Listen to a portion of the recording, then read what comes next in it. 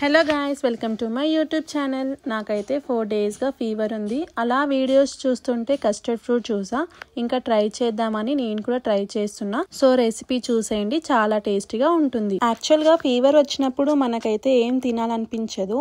మెయిన్గా ఇంట్లో ఫుడ్ అయితే అస్సలు తినాలనిపించదు.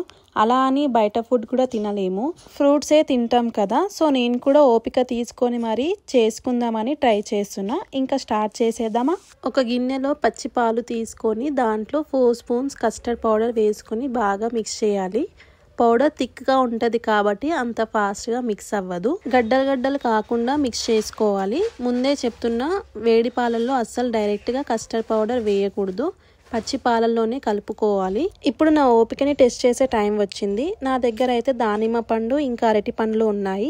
ఇవి రెండింటితోనే చేద్దామని ఫిక్స్ అయ్యాను. మళ్ళీ ఆర్డర్ చేయాలంటే మనీ కావాలిగా, సో ఉన్న దాంట్లోనే సరిపెట్టుకోవాలి కొన్నిసార్లు. ఇంకా ఈ దానిమ్మ పండు గింజలు ఒలిచేసరికి నా ఎనర్జీ పోయిందనుకోండి. ప్రాసెస్ చేయడం ఈజీయే, కానీ ఇలాంటివి ఉంటాయిగా, ఇంకా అన్ని గింజలు ఒలిచేసరికి 5 మినిట్స్ పట్టింది. ఇంకా మిగిలిన 2 బనానాస్ కూడా చిన్నగా కోసుకున్న. ఫ్రూట్స్ ఎన్ని టైప్స్ వేసుకుంటే అంత టేస్టీగా ఉంటుంది.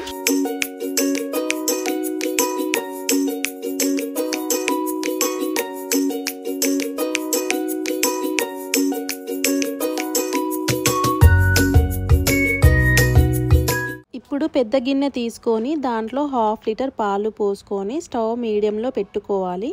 మీగడ రాకుండా మెల్లగా స్పూన్తో కలుపుతూ ఉండాలి. నేను ఒక తిక్కలదాన్ని, అన్ని రివర్స్ పనులు చేస్తాను. ఫ్రూట్స్ కట్ చేసే ముందు పాలు స్టవ్ మీద పెట్టి ఉంటే ఇప్పటికీ పాలు మసిలిపోతుండే, టైం కూడా సేవ్ అయ్యేది. కానీ నేను ఫ్రూట్స్ కట్ చేశాక పాలు వేడి చేస్తున్నా. పాలు మసిలాక 2 కప్స్ షుగర్ వేసుకోవాలి. మన టేస్ట్ బట్టి షుగర్ ఎక్కువ తక్కువ వేసుకోవచ్చు, కానీ షుగర్ తక్కువ ఉంటేనే బాగుంటుంది.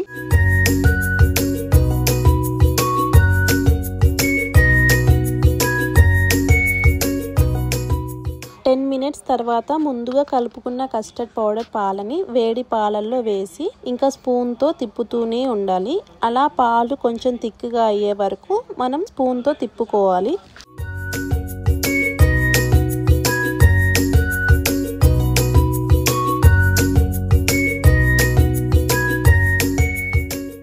మీరు కూడా ఖాళీ టైంలో ట్రై చేయండి. మహా అంటే టైం పడుతుంది, కానీ టైం వర్త్.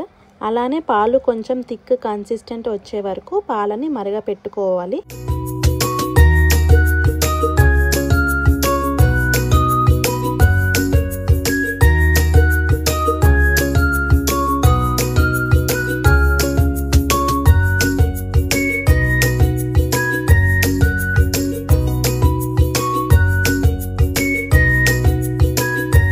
నేను 1/2 టేబుల్ స్పూన్ వెన్నెల ఎసెన్స్ యాడ్ చేశాను టేస్ట్ కోసం. టేస్ట్ అయితే చాలా బాగుంది.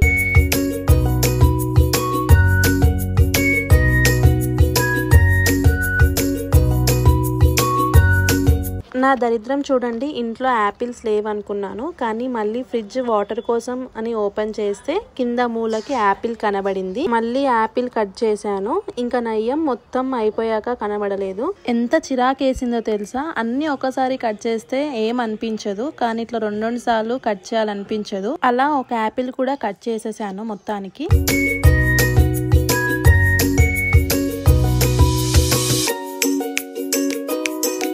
నెక్స్ట్ స్టవ్ మీద నుంచి తీసిన కస్టర్డ్ పాలని చల్లార్చాలి. నేను వాటర్ బకెట్లో అయితే ఆ గిన్నెని అలానే పెట్టేశాను, ఈజీగా చల్లగా అవుతాయని. కొద్దిసేపు అలానే పట్టుకొని కూర్చున్నా, మళ్ళా సడన్ గా దానిలో మునిగిపోతుందేమో అని.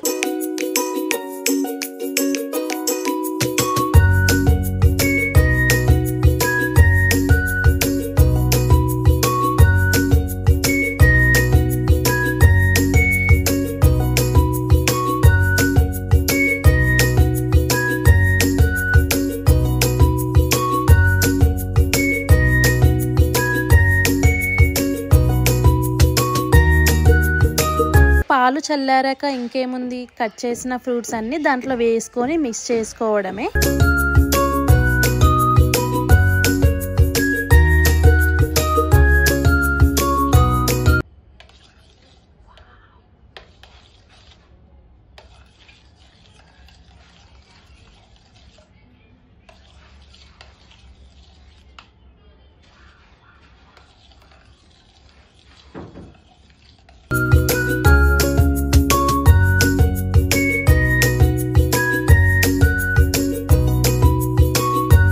నాకైతే ఇంకా ఆగాలని లేదు, ఫ్రిడ్జ్లో పెట్టకముందే టేస్ట్ చేసేసాను.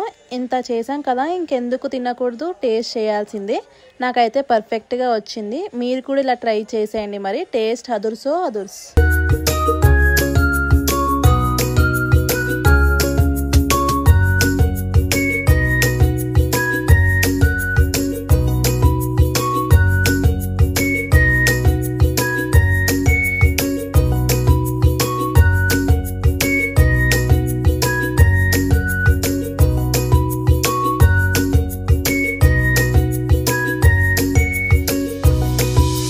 మళ్ళీ హాఫ్ అన్ అవర్ డీప్ ఫ్రీజ్లో పెట్టి తీసి అందరికీ సర్వ్ చేస్తున్నా. ఇంట్లో మమ్మీ, చెల్లి, తమ్ముడు నలుగురం ఉన్నాం. ఇంకా వాళ్ళకి సర్వ్ చేసి తిన్నాము.